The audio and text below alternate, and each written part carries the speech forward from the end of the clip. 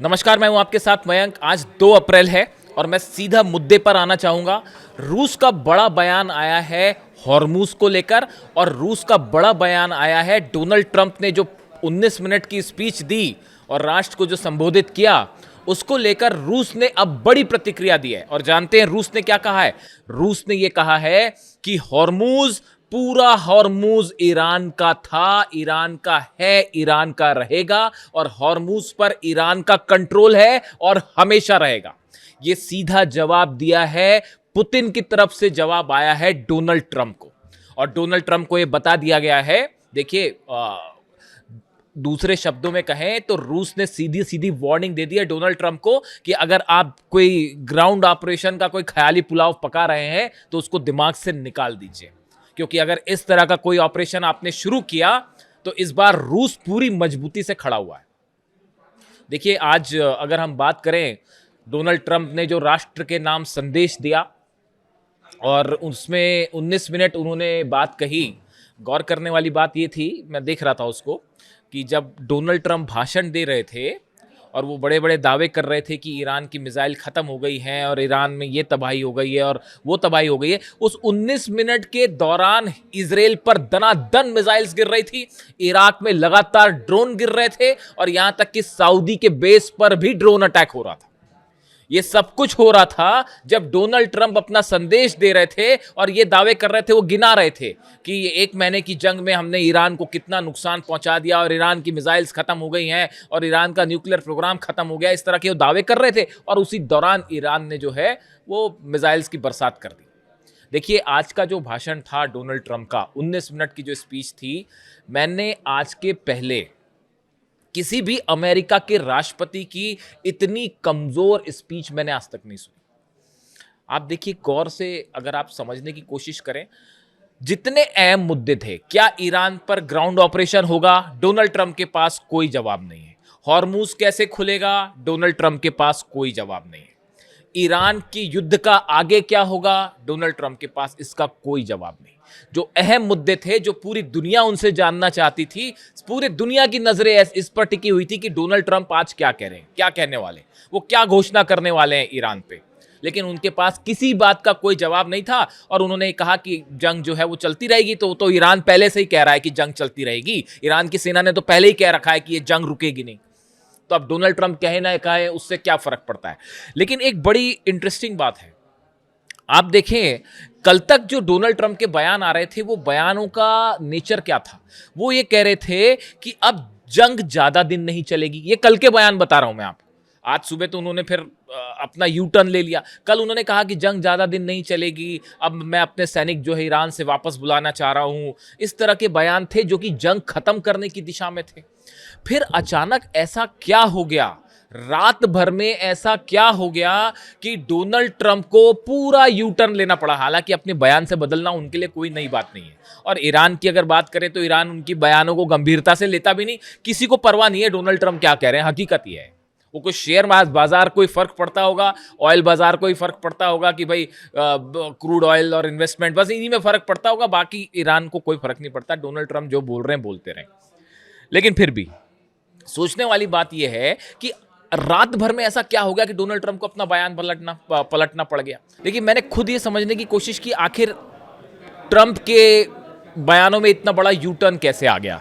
देखिए 2 अहम बैठकें होती है, इसको आपको समझना पड़ेगा कि ये पर्दे के पीछे खेल क्या चल रहा था, बार बार ये सीज फायर का, और ट्रंप का क्या दांव था। देखिए पर्दे के पीछे से जो खेल चल रहा था, वो खेल था कि किसी तरह से हॉर्मूज खुलवाया जाए। ईरान ने हॉर्मूज को वैसे ही पकड़ रखा है जैसे गर्दन पकड़ लेते हैं ना, बस वैसे ही पकड़ रखा है। तो अब पहला उद्देश्य ये था कि किसी तरह से हॉर्मूज खुलवाया जाए। अब इसके लिए क्या किया जाए, तो पहली एक बैठक होती है पाकिस्तान में। उस बैठक में कौन कौन शामिल था? उस बैठक में सऊदी अरब के रिप्रेजेंटेटिव शामिल थे, उसमें तुर्की के रिप्रेजेंटेटिव शामिल थे, मिस्र के शामिल थे, पाकिस्तान के शामिल थे। ये बैठक होती है संडे को, जो बीता रविवार गया उस दिन ये बैठक हुई। उसमें एक बड़ा मंथन हुआ कि भाई हॉर्मूज कैसे खुलवाया जाए, वो तो बड़ा मुश्किल हो जाएगा और लगातार दबाव आ रहा है इंटरनेशनल। डोनाल्ड ट्रंप के ऊपर जितने बड़े बिजनेसमैन हैं वो सब दबाव डाल रहे हैं कि ये तो नुकसान हो जा रहा है।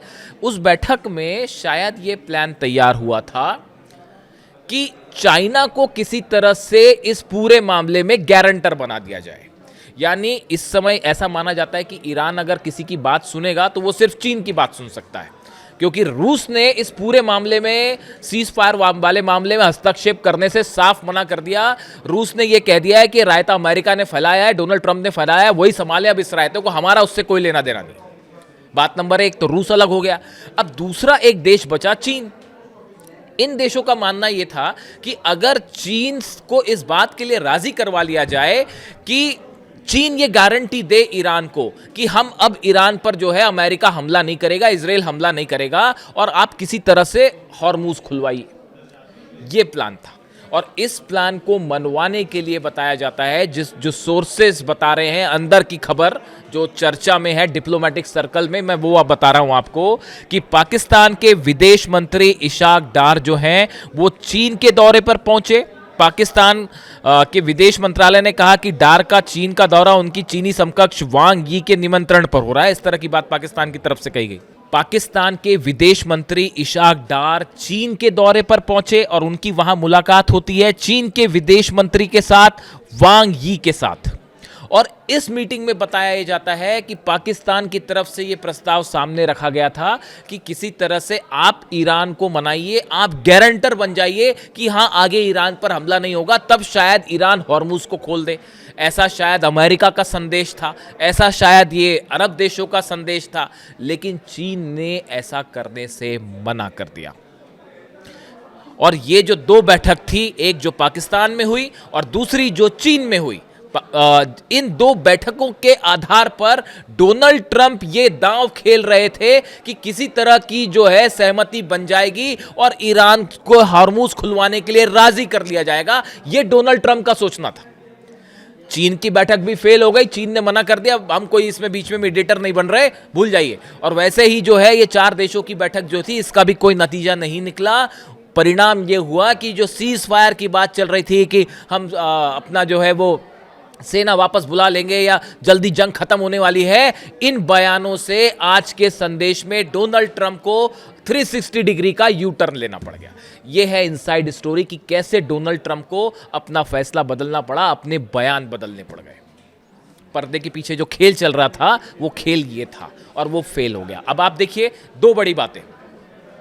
पहला, रूस इस मामले में किसी कीमत पर हस्तक्षेप नहीं करेगा, वो ईरान को नहीं रोकेगा, ये बात बिल्कुल साफ। इस समय रूस के ऑयल की सबसे ज्यादा मांग है पूरी दुनिया में। यानी अमेरिका ने यूक्रेन जंग के दौरान जितने सैंक्शंस लगे रूस के ऊपर, उसके ऑयल को रोकने की कोशिश की गई। वेनेजुएला पर हमला करके ऑयल जो है रूस का जो बिजनेस चल रहा था उसको रोकने की कोशिश की गई। उसकी सबकी वसूली करने का यह सही समय है रूस के लिए। रूस कतई नहीं चाहेगा कि यह जंग रुके, बात नंबर एक। बात नंबर दो, चीन का सवाल है। देखिए, हॉर्मुज तो चीन के लिए वैसे ही खुला हुआ है। ईरान जो है वो तेल अपना, चीन पहले सप्लाई करता था ईरान चीन को तेल, तो अमेरिका आपत्तियां जता रहा था, हमले हो रहे थे उन जहाज़ों के ऊपर। ये कहा जा रहा था कि सैंक्शंस लगे हुए हैं चीन कैसे तेल बुला रहा है ईरान से, इस तरह की बातें हो रही थी। अब तो डंके की चोट पर ईरान जो है वो ईरान से तेल खरीदेगा, चीन जो है वो ईरान से तेल खरीदेगा, और ना अमेरिका कुछ कर सकता ना दुनिया कुछ कर सकती। तो चीन क्यों चाहेगा कि ये जंग रुके? बात नंबर दो, वो क्यों मीडिएटर बने? तीसरी बड़ी बात, इस जंग में, 1 महीने की जंग में ईरान ने यह साबित कर दिया है कि अमेरिका को कैसे झुकाया जाता है, अमेरिका के राष्ट्रपति को कैसे झुकाया जाता है। जंग में कैसे अमेरिका को हराया जाए, यह फॉर्मूला ईरान ने पूरी दुनिया को दे दिया है। और वो फॉर्मूला यह है कि अगर आप ईरान या डोनाल्ड ट्रंप के सामने झुकेंगे तो आपको और झुकाएगा, और अगर आप सीना तान के खड़े हो जाएंगे अमेरिका दबना शुरू कर देगा। यह फॉर्मूला ईरान ने पकड़ा दिया है। और हकीकत यह है, देखिए, जंग रुकना रुकाना तो दूर की बात है, लगातार हमले हो रहे हैं इजराइल पर। पिछले 5 घंटे की बात कर रहा हूं मैं, आज 2 अप्रैल है, दोपहर के समय ये वीडियो मैं बना रहा हूं। पिछले 5 घंटे में दनादन हमले हुए पूरे इजराइल के ऊपर। इराक के ऊपर जबरदस्त हमले हो रहे हैं, और बताया जा रहा है कि इराक में जो है वो एक ट्रेनिंग सेंटर है, उस पर हमले हुए हैं। एक केमिकल फैक्ट्री है इराक में, उसके ऊपर हमले हुए। अमेज़ॉन पर जो हमला हुआ वो तो आपने देखा ही, बहरीन में, जो ईरान ने कह रखा है कि जितनी मल्टीनेशनल्स हैं अमेरिका की, उन सबको निशाना बनाया जाएगा। और आज की रात कहा जा रहा है कि भाई कुछ भी हो सकता है, आज की रात बड़ी भारी जाने वाली है फिर से पूरे मिडिल ईस्ट पे, और ईरान जो है वो एकदम खतरनाक मूड में है। अब देखिए इसके अलावा 2-3 बड़ी खबरें हैं। रूस ने आगाह किया ईरान को लंबी जंग के लिए तैयार रहिए। ऐसा क्यों कहा जा रहा है? A-10 प्लेन्स जो हैं अमेरिका के वो मिडिल ईस्ट पहुंच रहे हैं। ये A-10 टैंक A-10 जो प्लेन होते हैं ये ग्राउंड ऑपरेशन में इस्तेमाल किए जाते हैं। थंडरबोल्ट प्लेन्स हैं वो ब्रिटेन पहुंच गए हैं अमेरिका के, और वहां से मिडिल ईस्ट आएंगे। आप देखिए जॉर्ज डब्ल्यू बुश जो एयरक्राफ्ट करियर है वो भी मिडिल ईस्ट की तरफ पहुंच रहा है। ट्रिपोली पहले से पहुंच गया है। इतने सारे हथियार, करीब 50,000 सोल्जर्स अमेरिका के आसपास, अमेरिका ने ईरान के आसपास उतार दिए। ब्रिटेन भी अपने सोल्जर्स भेज रहा है, भले ब्रिटेन की तरफ से कोई भी बयान आए लेकिन सोल्जर भेजना चालू है। तो ये जब ये जमावड़ा अमेरिका बढ़ा रहा था तभी हर एक्सपर्ट ये जानता था कि ये जंग नहीं रुकने वाली। डोनाल्ड ट्रंप कुछ भी दावा करते रहे, कुछ भी बोलते रहे, वो भले शेयर मार्केट ऊपर नीचे करने के लिए इस तरह के बयान आए, लेकिन आप लगातार अपने सैनिक वहां भेज रहे हो, आप अपने फाइटर जेट्स भेज रहे हो, फिर किस चीज़ का सीज फायर? भूल जाइए। इसके अलावा देखिए बड़ी खबर ये भी है कि यूएई जो है वो अब इस जंग में बड़ी भूमिका निभा सकता है, इस तरह की बातें हैं। और हॉर्मुज खुलवाने की अगर कोशिश होती है तो उसमें यूएई का अहम रोल होगा। और मूसा आइलैंड, बार बार बात हो रही है कि मूसा आइलैंड पर कब्जा करने की कोशिश में यूएई मदद कर सकता है अमेरिका की, इस तरह के दावे हो रहे हैं। इसी का परिणाम है जो दुबई पर हमले हो रहे हैं, अलग अलग डेटा सेंटर्स पर हमले हो रहे हैं, अलग अलग ऑयल डिपोज पर हमले हो रहे हैं, एयरपोर्ट पर हमले हो रहे हैं, मिसाइल्स गिर रही हैं। पिछले 24 घंटे की बात अगर की जाए 15 से 16 बैलिस्टिक मिसाइल गिर चुकी हैं यूएई के ऊपर, और करीब 30 से 40 ड्रोन फायर हो चुके हैं। उसकी वजह यही है यूएई का जो स्टैंड है, इसको लेकर ये हमले हो रहे हैं। अब सवाल ये है कि यहाँ से आगे क्या? सवाल ये है कि क्या अमेरिका ग्राउंड ऑपरेशन करेगा? रूस ने जबरदस्त फील्डिंग कर रखी है हॉर्मुज की। जो चेचन्या के सैनिक आ रहे हैं लड़ने के लिए, और 6 लाख सैनिक ईरान के तैयार हैं। आप ये समझिए इस पूरे इलाके में रूस ने बड़ा प्लान तैयार किया है, ईरान के सेना तैयार है, फ्री हैंड मिल चुका है सीना को। बार बार देखिए इस तरह की बातें हो रही थी, मैं पहले ही कह रहा था, आप मेरे पिछले 3 वीडियो उठा के देख लीजिए।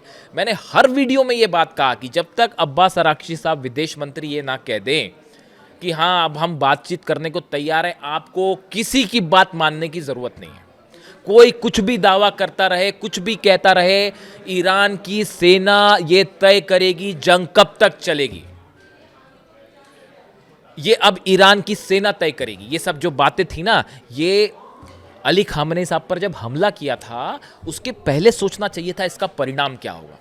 और अभी आप आगे देखते जाइए।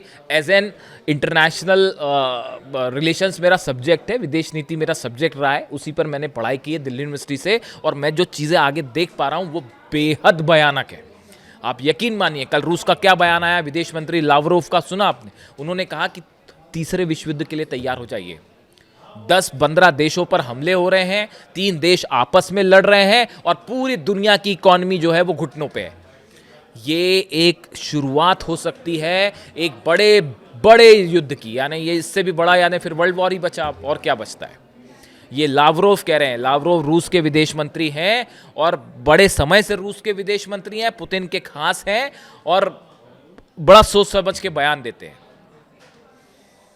तो ऐसा है कि ये हालात ये है कि इस जंग में ईरान ने अमेरिका को हर लेवल पर, कोई भी मकसद अमेरिका का पूरा नहीं हो पाया। ना सत्ता चेंज हो पा रही है, ना मिसाइल पर रोक लग पा रही है, ना न्यूक्लियर प्रोग्राम रोक पा रहा। वो मैं अलग से बात करूंगा। वो 450 किलो यूरेनियम जो है ढूंढते रह जाएंगे। डोनाल्ड ट्रंप कभी नहीं मिलेगा, कभी नहीं मिलेगा। अब ये हालात ये है कि अमेरिका को लगातार मुंह की खाने पड़ी है। और इसराइल का क्या होगा वो तो अब कुछ बोलना ही बेकार है।